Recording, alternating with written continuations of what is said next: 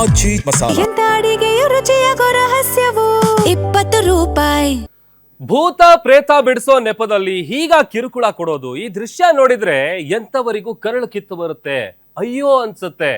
ಕೋಳಿ ರಕ್ತ ಕುಡಿದ್ರೆ ಭೂತ ಪ್ರೇತ ಬಿಟ್ಟು ಹೋಗುತ್ತಾ?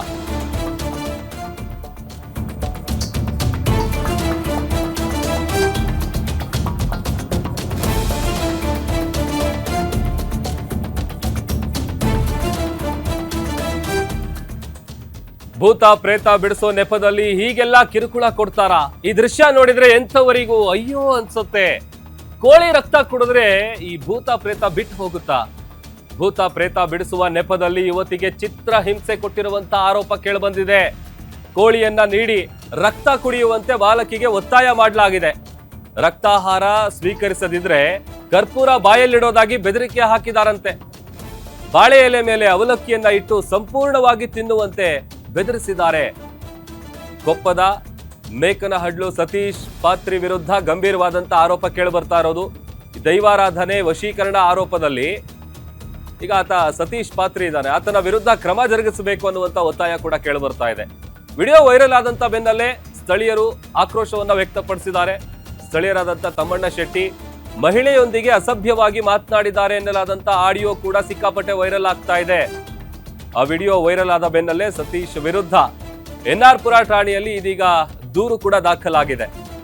ಈಗಿನ ಕಾಲದಲ್ಲೂ ಈ ಭೂತ ಪ್ರೇತ ಇದನ್ನೆಲ್ಲ ನಂಬ್ತಾರೆ, ಅದರಲ್ಲೂ ರಕ್ತ ಕುಡಿಬೇಕು ಮತ್ತೊಂದು ಈ ಥರದ್ದೆಲ್ಲ ಮಾಡಿಸ್ತಾರೆ ಅಂತ ಅಂದ್ರೆ ನಿಜಕ್ಕೂ ಏನ್ ತಲೆಯಲ್ಲಿ ಏನಿದೆ ಇವರಿಗೆ ಅಂತ ಪ್ರಶ್ನೆ ಹುಟ್ಕೊಳ್ಳುತ್ತೆ. ನೋಡಿ, ಆ ಪಾಪ ಬಾಲಕಿಗೆ ಚಿತ್ರಹಿಂಸೆ ಕೊಟ್ಟಿದ್ದಾರೆ ಅನ್ನುವಂಥ ಆರೋಪ ಕೇಳಿ ಬರ್ತಾ ಇದೆ.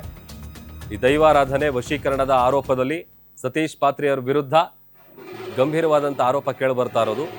3 ದೃಶ್ಯಗಳನ್ನ ಗಮನಿಸ್ತಾ ಇದೀವಿ ನೋಡಿ. ಒಂದು ಕಡೆ ಕೋಳಿಯನ್ನ ಕೊಟ್ಟುಬಿಟ್ಟು ಆ ರಕ್ತ ಕುಡಿಬೇಕು ಅಂತೇಳಿ ಒತ್ತಾಯ ಮಾಡಿರೋದು ಆಕೆಗೆ ಬಲವಂತವಾಗಿ.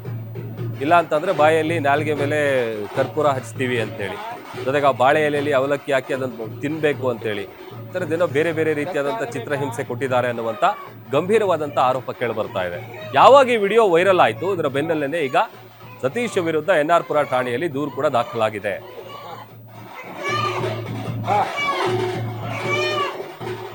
ಮತ್ತಷ್ಟು ಡೀಟೇಲ್ಸ್ ಕೊಡ್ತಾರೆ ನಮ್ಮ ಪ್ರತಿನಿಧಿ ಭರತ್ ಕುಮಾರ್, ದೂರವಾಣಿ ಸಂಪರ್ಕದಲ್ಲಿ ಜಾಯ್ನ್ ಆಗಿದ್ದಾರೆ. ಭರತ್, ಈಗಿನ ಕಾಲದಲ್ಲೂ ಈ ಭೂತ ಪ್ರೇತ ಇದೆಲ್ಲ ಇರುತ್ತೆ ಅಂತ ನಂಬ್ತಾರೆ, ಅದನ್ನ ನಂಬಿ ಇಂಥವ್ರ ಹತ್ರ ಹೋಗ್ತಾರಲ್ಲ, ಏನ್ ಹೇಳ್ಬೇಕು, ಏನ್ ನಡೆದಿದೆ ಅಲ್ಲಿ? ಪ್ರಭು, ಏನು ಇತ್ತೀಚಿನ ದಿನಗಳಲ್ಲಿ ಏನು ಯುಗಗಳು ಮುಂದುವರೆದಷ್ಟು ಕೂಡ ಈ ಕೆಲವೊಂದು ಮೂಢನಂಬಿಕೆಗಳು, ಅಂದ್ರೆ ಏನು ನಂಬುವವರು ಇರುವವರೆಗೂ ಕೂಡ ನಂಬಿಸಿ ವಂಚನೆ ಮಾಡುವವರು ಇರ್ತಾರೆ ಅಂತಕ್ಕಂಥ ಮಾತೇನಿದೆ. ಸೊ ಅದಕ್ಕೆ ಪೂರಕವಾಗಿ ಏನು ಮೂಲ ದೈವಾರಾಧನೆಗೆ ಅಪಚಾರವನ್ನ ಎಸಗುವಂತ ಕೃತ್ಯವನ್ನ ಚಿಕ್ಕಮಗಳೂರು ಜಿಲ್ಲೆಯ ಕೊಪ್ಪ ತಾಲೂಕಿನಲ್ಲಿ ನಡೆದಿರತಕ್ಕಂಥದ್ದು. ಏನು ದೈವಾರಾಧನೆಯ ಹೆಸರಿನಲ್ಲಿ ಯುವತಿ ಓರ್ವಳಿಗೆ ಕರ್ಪೂರವನ್ನ ಇಡ್ತಕ್ಕಂಥದ್ದು, ಮತ್ತೊಂದು ಕೋಳಿಯ ರಕ್ತವನ್ನ ಕುಡಿಸುವ ನಿಟ್ಟಿನಲ್ಲಿ ಯತ್ನವನ್ನು ನಡೆಸಿರ್ತಕ್ಕಂಥ ಸತೀಶ್ ಎಂಬತನ ಮೇಲೆ ಇದೀಗ ಸ್ಥಳೀಯರು ದೂರನ್ನ ಕೊಟ್ಟಿದ್ದಾರೆ. ಏನು ಎನ್ಆರ್ ಪುರ ಪೊಲೀಸ್ ಠಾಣೆಗೆ ದೂರನ್ನ ಕೊಟ್ಟಿರ್ತಕ್ಕಂಥ ಹಿನ್ನೆಲೆಯಲ್ಲಿ ಇದೀಗ ಪೊಲೀಸರು ಕೂಡ ಪ್ರಕರಣವನ್ನು ದಾಖಲಿಸಿಕೊಂಡಿದ್ದಾರೆ. ಇಲ್ಲಿ ಪ್ರಮುಖವಾಗಿ ಗಮನಿಸಬೇಕಾಗ್ತದೆ, ಆ ಯುವತಿಯ ಪೋಷಕರು ಏನಿದ್ದಾರೆ, ಸೊ ಅವರು ಈ ದೈವವನ್ನ ನಂಬ್ತಾ ಇದ್ರು. ಸೊ ಮೂಲ ಆರಾಧನೆಗೆ ವಿರುದ್ಧವಾಗಿ ಈತ ಏನೋ ದೈವಾರಾಧನೆಯ ಹೆಸರಿನಲ್ಲಿ ದೇವವನ್ನ ಬಿಡಿಸ್ತೇನೆ ಅಂತಕ್ಕಂಥ ಮಾತನ್ನ ಹೇಳ್ಕೊಂಡಿದ್ದು. ಹಾಗಾಗಿ ಆ ಯುವತಿಯನ್ನ ಅಲ್ಲಿಗೆ ಕರೆದುಕೊಂಡು ಬರ್ತಾರೆ. ಅದಾದ ನಂತರದಲ್ಲಿ ಯುವತಿಯನ್ನ ಸಮೀಪಕ್ಕೆ ಬಂದಂತಹ ಆತ ಕೆಲವೊಂದು ವಿಚಾರವನ್ನ ಹೇಳಿ ನಂತರ ಕರ್ಪೂರವನ್ನ ಇಡುವುದಾಗಿ ಬೆದರಿಸ್ತಾನೆ ಅಂತಕ್ಕಂಥ ಮಾಹಿತಿ ಕೂಡ ಇದೆ. ಅದಾದ ನಂತರದಲ್ಲಿ ಆತ ಏನು ಈ ಪಾತ್ರಧಾರಿ ಏನಿದ್ದಾನೆ ಸತೀಶ್, ಆತನ ಅಶ್ಲೀಲವಾದಂತಹ ವಿಡಿಯೋ ಕೂಡ ವೈರಲ್ ಆಗಿದೆ, ಜೊತೆಗೆ ಆಡಿಯೋ ಕೂಡ ವೈರಲ್ ಆಗಿದೆ ಅಂತಕ್ಕಂಥ ಮಾತುಗಳು ಕೂಡ ಕೇಳಿ ಬರ್ತಕ್ಕಂಥದ್ದು. ಅದೇ ರೀತಿಯಲ್ಲಿ ಇದೀಗ ಈ ಘಟನೆಗೆ ಸಂಬಂಧಪಟ್ಟಂತೆ ಇದೀಗ ಪೊಲೀಸರು ಪ್ರಕರಣವನ್ನು ದಾಖಲಿಸಿಕೊಂಡು ತನಿಖೆಯನ್ನು ನಡೆಸಬೇಕಾಗ್ತದೆ. ಮತ್ತೊಂದು ಕಡೆಯಲ್ಲಿ ಯಾವ ಕಾರಣಕ್ಕಾಗಿ ಆತ ಆ ಕೃತ್ಯವನ್ನ ಎಸಗ್ತಾನೆ, ಮತ್ತೊಂದು ಕಡೆಯಲ್ಲಿ ಆತನ ಹಿನ್ನೆಲೆ ಏನು ಅವೆಲ್ಲ ವಿಚಾರವನ್ನ ತಿಳಿದುಕೊಳ್ಬೇಕಾಗ್ತದೆ. ಮತ್ತೊಂದು ಕಡೆಯಲ್ಲಿ ಈಗಾಗಲೇ ಏನು ಮಂಗಳೂರು ಭಾಗದಲ್ಲಿ ದೈವಾರಾಧನೆ ನಡೀತಕ್ಕಂಥ ವಿಚಾರ ಖಂಡಿತವಾಗೂ ಅಂಶಗಳಿರುತ್ತೆ. ಕೆಲವೊಂದು ನಂಬಿಕೆಗಳು ಅಂದ್ರೆ ಪಾಸಿಟಿವ್ ಇದೆ, ಇನ್ನೊಂದು ನೆಗೆಟಿವ್ ಎನರ್ಜಿ ಇರ್ತದೆ ಅಂತಕ್ಕಂಥ ಮಾತೇನಿದೆ. ಸೊ ಅದಕ್ಕೆ ಪೂರಕವಾಗಿ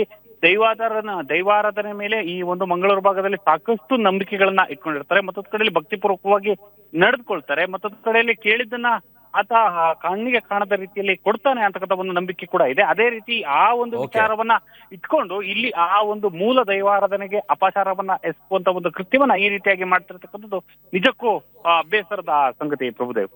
ಓಕೆ, ಥ್ಯಾಂಕ್ ಯು ಭರತ್ ನಿಮ್ಮೆಲ್ಲ ಡೀಟೇಲ್ಸ್ಗಾಗಿ.